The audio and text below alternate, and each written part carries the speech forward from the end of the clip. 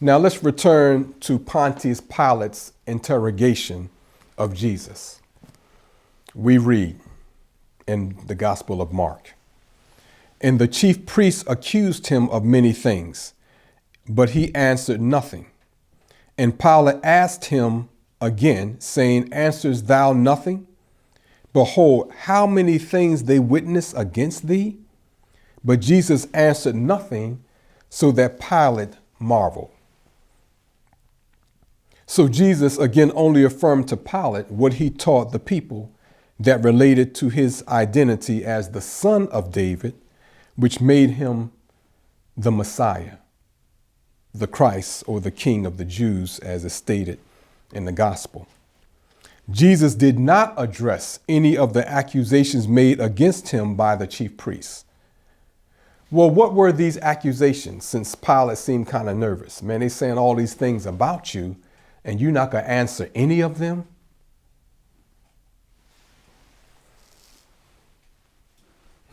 That's something to think about.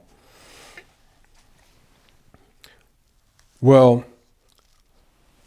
what were these accusations? Were all these accusations false?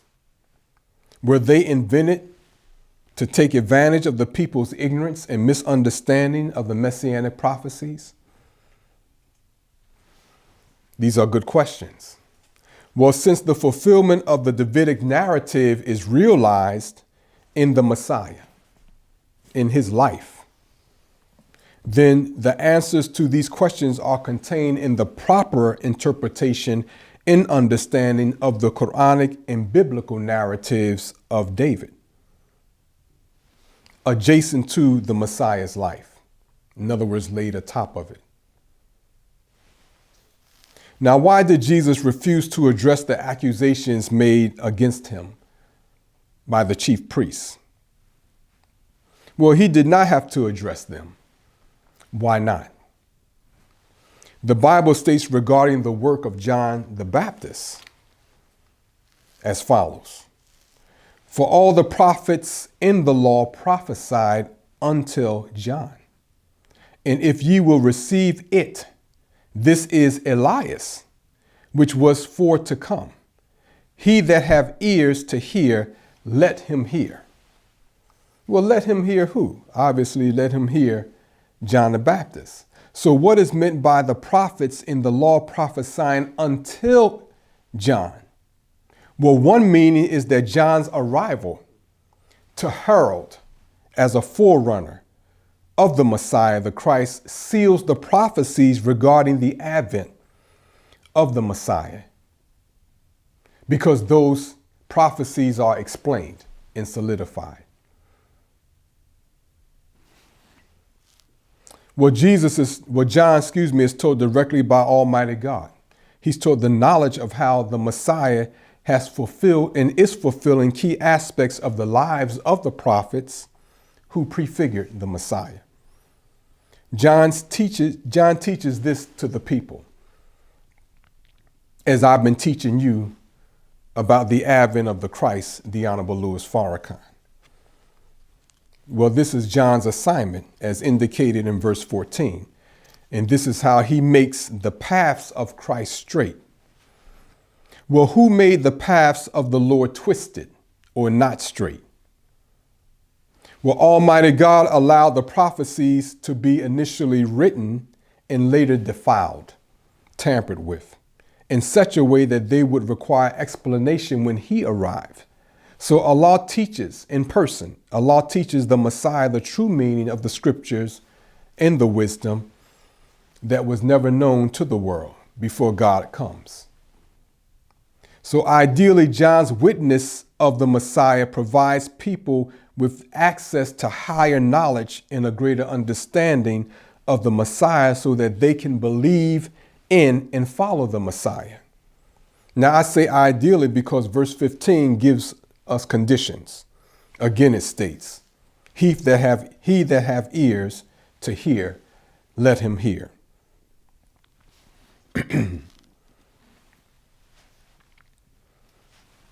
Did the Honorable Elijah Muhammad establish the expectation that the prophecy narrating the work of John the Baptist would one day be fulfilled? Absolutely. The Honorable Louis Farrakhan stated the following in his most recent message titled, Jesus is the Key, Part 2. He states, the big Jesus, the Son of Man that came out of the east even unto the west, in the 24th chapter of Matthew, that's Master Fard Muhammad, the great Mahdi. He came to North America by himself and he raised the Honorable Elijah Muhammad. And for 43 years, Elijah Muhammad taught us, but he never told us who he was. But before he left us, he said to the Honorable Louis Farrakhan, brother, don't worry about where you are in the scriptures. You make my great commission known and I will represent you to the people. Well, here the Honorable Elijah Muhammad is establishing the fact that the Honorable Louis Farrakhan is in the scriptures. Maybe he already knew that. But now the Honorable Elijah Muhammad is telling him that in his own way of doing that. Well, how does the Honorable Elijah Muhammad represent the Honorable Louis Farrakhan to the people, which he was to do after he departed in 1975 to be with Master Fard Muhammad? In other words, he's speaking to the Honorable Louis Farrakhan of something that's going to happen in the future. I'm not here, make my great commission known, and I will represent you to the people. Well, among those who have been foremost in representing the Honorable Louis Farrakhan to the people over the last 40 years is Brother Jibril Muhammad. Through his books, his lectures, and his column in The Final Call, called Farrakhan the Traveler. And as some of you may know, I have cited from Brother Jibril Muhammad's column in many of the messages over the last going on 6 years. I have also taught that Brother Jibril Muhammad's function is more aligned with the prophecies surrounding the angel Gabriel mentioned in the Holy Quran and in the book of Daniel specifically.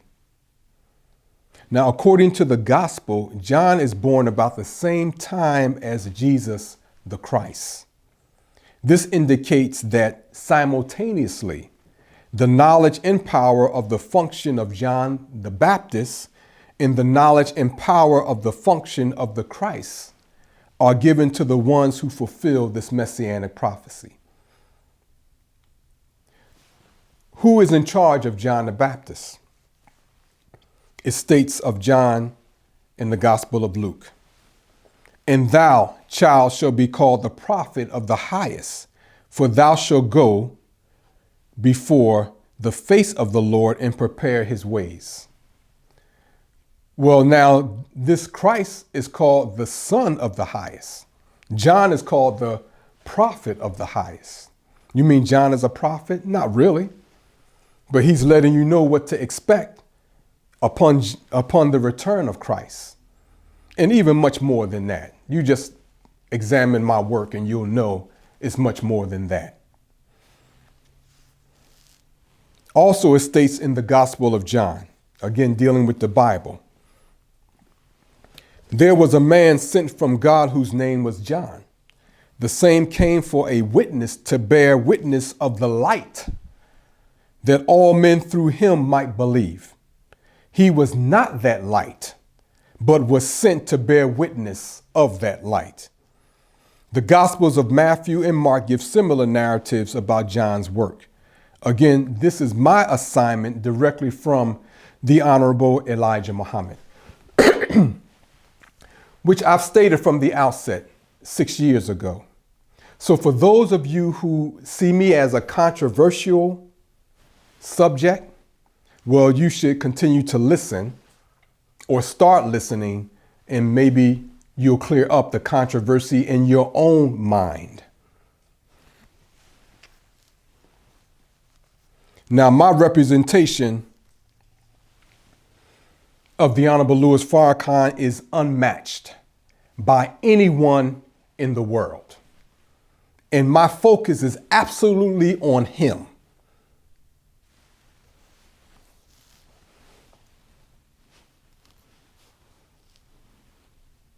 So naturally, I cannot avoid speaking about my function since it's tied to the Honorable Louis Farrakhan's function as the Christ who returns. So I have to give you the full scope of the revelation or the fulfillment of prophecy.